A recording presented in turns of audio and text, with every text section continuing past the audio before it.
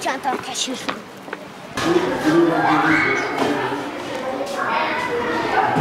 Hangisini alırsın?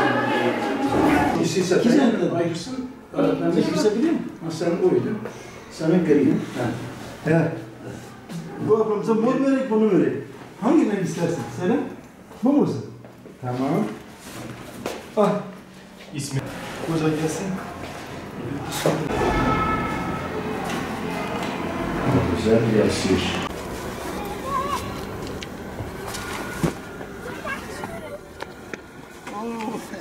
Sen burada mıydın lan? Ne güzel ya. Lütfen.